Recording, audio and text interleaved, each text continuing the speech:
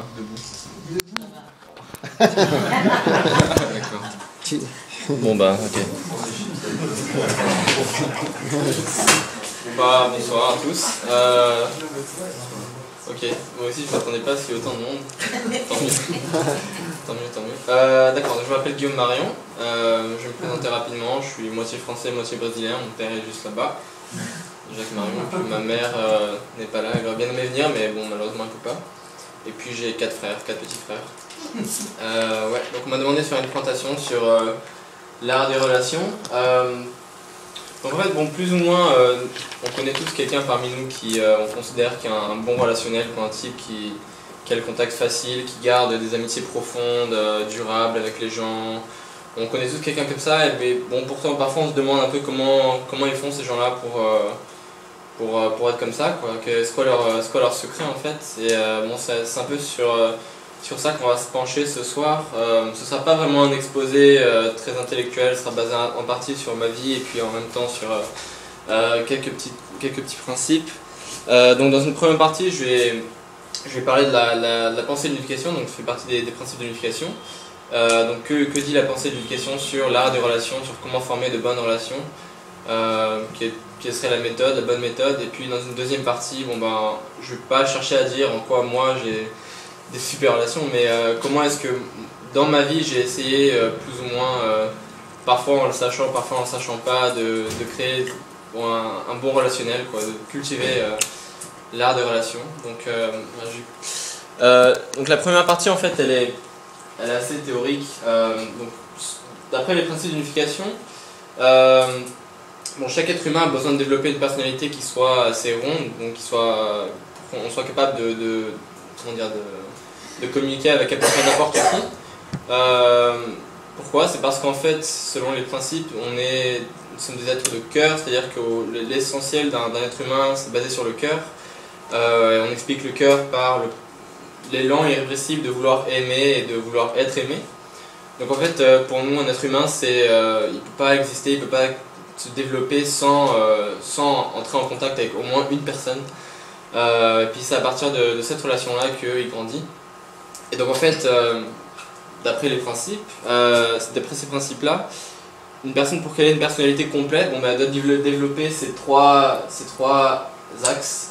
Donc il y a un axe vertical, un axe horizontal, un axe un peu devant-derrière. Il faut imaginer le truc en 3D. Donc je vais parler un peu très vite fait des différents points. Donc le premier axe, c'est l'axe vertical, donc c'est moi par rapport à ceux qui sont au-dessus de moi, à mes supérieurs. Ça peut être aussi mes parents, ça peut être aussi Dieu pour ceux qui croient en Dieu. Et puis en dessous, c'est moi par rapport à mes subordonnés si j'en ai, ou mes enfants. Donc c'est important de développer ces relations-là.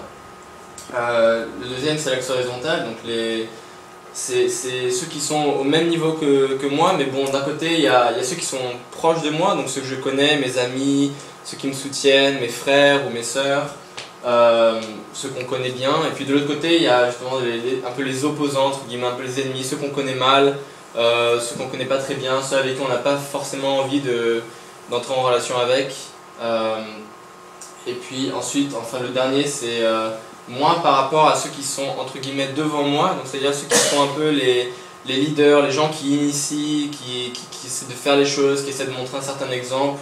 Et puis derrière moi, bon, c'est moi par rapport aux suiveurs, quoi. Pas aux moutons non plus, mais ceux qui ont tendance à suivre le groupe, quoi. Ils n'ont pas tendance forcément à se montrer, à se mettre en avant et tout ça. Donc il faut développer une relation avec toutes ces catégories-là, quoi. Sans ça, en fait, on a une sorte de personnalité un peu manquante, quoi. On peut pas communiquer avec tout le monde de manière aisée, quoi. Voilà, donc ça c'est pour la théorie. Et puis en fait, je vais raconter un peu comment ma vie s'est déroulée. Et puis petit à petit, je vais parler en quoi j'ai essayé au moins d'améliorer ces points-là dans ma vie. Voilà, donc comme mon père est missionnaire, j'ai eu la chance d'aller un peu partout dans le monde. Donc je suis né en Afrique, Kinshasa, là, en République démocratique du Congo, à l'époque ça s'appelait le Zaïre. Ensuite, donc rapidement, j'ai vécu à 3 ans, je suis allé vivre en Russie, j'ai pas mis de point, mais je suis allé vivre là pendant 2 ans. Après, je suis revenu encore en Afrique. Après, je suis parti 3 mois en Afrique du Sud. Ensuite, je suis allé en France pour la première fois. Oui, pour la première fois. Enfin, j'ai vécu en France pour la première fois pendant 4 ans. Après ça, je suis allé en Chine pendant 5 ans. Après ça, je suis retourné en France pendant 2 ans. Et après ça, j'ai fait un programme humanitaire qui est lié à mon église. Et donc j'ai vécu entre autres au Canada et en Irlande. Et maintenant je suis de retour en France. Donc j'ai beaucoup bougé. Et je vais parler un peu de donc étape par étape de ces différents moments de ma vie. Donc voilà, j'ai commencé quand j'étais en Afrique. Ça c'est la photo en haut à droite, c'est une photo de moi, je suis au milieu. J'étais tout petit à l'époque. Donc les 3 premières années de ma vie, je les ai passées en Afrique.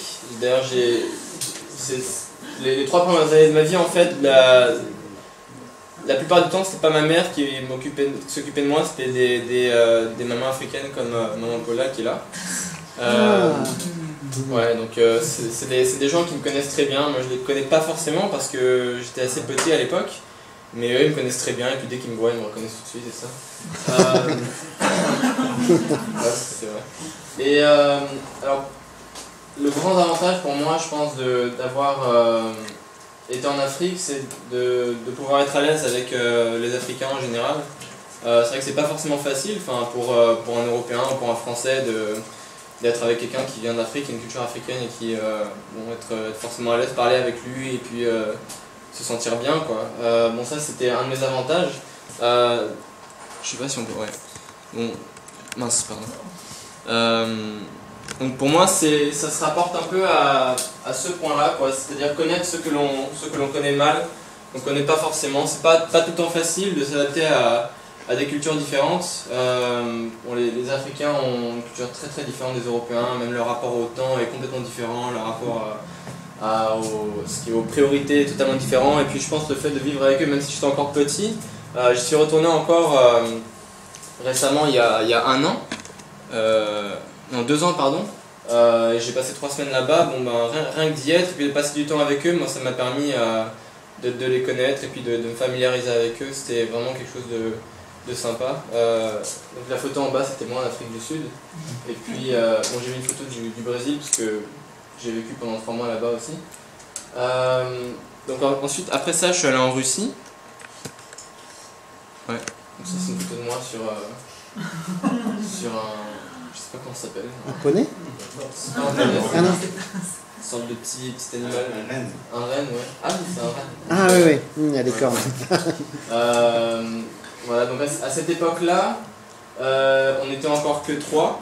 Donc il y avait moi et puis il y avait mes 2 frères qui étaient des frères jumeaux, Georges et Régis. Et puis c'est en Russie que Charles est né, donc c'est mon 4e frère.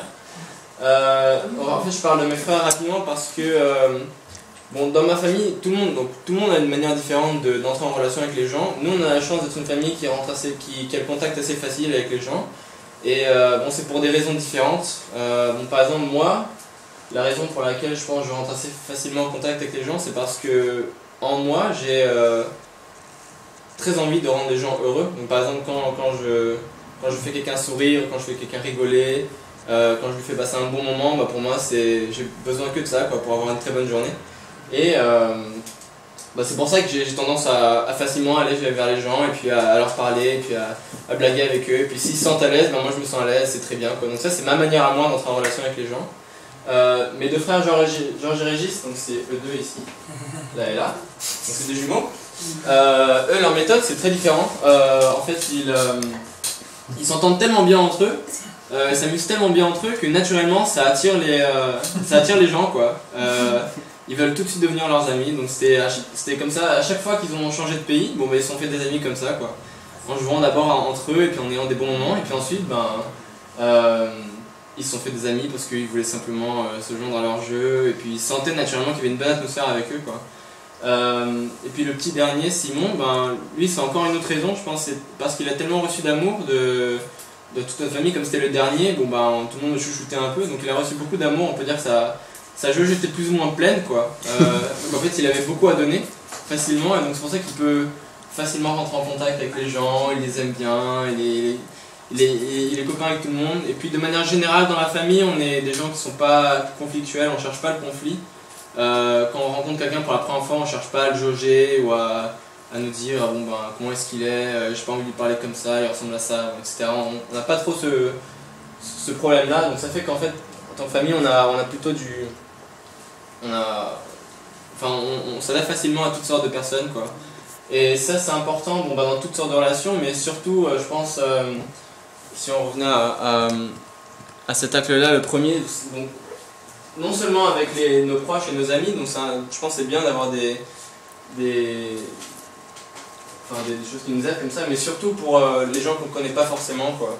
C'est une partie très importante de notre vie. Moi, en tout cas, c'est une partie très importante de ma vie. Si je connaissais pas les gens chez qui j'ai des préjugés et tout ça, bon ben, je pense qu'il y a beaucoup de gens avec qui je m'entendrais pas parce que j'étais constamment confronté à être avec des gens nouveaux quoi. Voilà. Donc ensuite, je suis allé en France. Donc ça, c'est une photo de nous en France, en haut à gauche. C'était notre premier appartement en France. Donc la France, pourquoi j'ai envie d'en parler, c'est pour une raison précise, c'est parce que là je me suis fait des amis de manière durable et je pense que c'est... Enfin bon, surtout quand on voyage beaucoup, bon, on peut se dire que l'avantage c'est qu'on connaît tout le temps des personnes nouvelles, on rencontre tout le temps des nouvelles personnes, donc on peut constamment agrandir nos contacts, on peut dialoguer avec des gens partout dans le monde. Mais ce qui est important aussi, c'est que, en tout cas pour moi, ce qui est important, c'est qu'on ait des points d'ancrage, c'est-à-dire que quand des valeurs sûres, quoi. Donc par exemple, quand je reviens en France, et ben, quand je reviens quelque part, je peux aller leur parler et faire comme si de rien n'a changé, quoi. Et c'est là que je me suis fait des amis comme ça, donc il y en a certains qui sont ici dans la salle. Et pour plus tard, en fait, j'en reparlerai quand je reviendrai de Chine, ça a vraiment un aspect très important de garder des contacts comme ça. Voilà. Et puis, ouais. Ensuite, je suis allé en Chine. Donc la Chine, c'était un aspect très important de ma vie aussi, parce que c'est là que j'ai passé quasiment toute mon adolescence, donc de 11 ans à 16 ans. Alors la première chose avec la Chine, c'est qu'encore une fois, la chance de voyager, voyager c'est une chance, mais c'est vraiment, c'est pas forcément facile aussi. On peut souvent dire que bon, le fait de voyager beaucoup, d'aller dans beaucoup de pays, c'est un peu, bon après c'est donné qu'on a un relationnel facile, mais en fait c'est pas vraiment le cas. Enfin c'est plus dur qu'on le croit, quoi. Donc par exemple, je suis allé en Chine en ayant des très bons amis en France, en ayant tout un réseau de contacts en France, en ayant toute une structure en France. Et donc j'ai dû quitter tout ça et recommencer tout à zéro, quoi, vraiment. Et je pense que pour la première fois j'en étais vraiment conscient, parce que j'avais 11 ans quand je suis arrivé en Chine, donc c'est la première fois que j'étais vraiment conscient que je changeais de pays, que je changeais de culture, que je quittais mes amis. Et donc c'est pas forcément facile en fait, c'est facile de... Je connais des gens d'ailleurs qui... je suis allé dans un lycée français en Chine. En fait je connais beaucoup d'amis qui allaient dans le même lycée, qui ont passé 5 ans en Chine, voire même plus, et qui pourtant connaissent rien à la culture chinoise, quoi, qui connaissent rien au chinois, qui parlent pas la langue chinoise, qui n'ont rien à voir avec la Chine. Pourquoi ? Parce que justement quand on est confronté à ça, bon, ben, on a deux choix. Soit on se jette un peu dans le bain, quoi, et puis on commence à connaître une culture nouvelle, soit on recrée notre propre environnement chez nous, quoi. Ce qui fait qu'en Chine, en fait, la plupart de mes amis vivaient pas du tout... Moi je vivais à Pékin. La plupart de mes amis ne vivaient pas du tout dans Pékin, ils vivaient en dehors de Pékin, ils avaient des résidences pour étrangers. Et donc ils rencontraient soit des Français, soit des Anglais, soit des Américains, en tout cas des gens qui ont une culture occidentale, donc qui ont à peu près les mêmes manières qu'eux.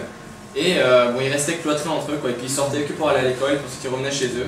Et puis au final, si jamais ils rencontrent un Chinois, ou si jamais ils restent dans une famille chinoise pendant 2 semaines, bon, ben, ils ne sauront pas comment faire, ils auront plein de préjugés, et puis ça va mal aller pour eux, quoi.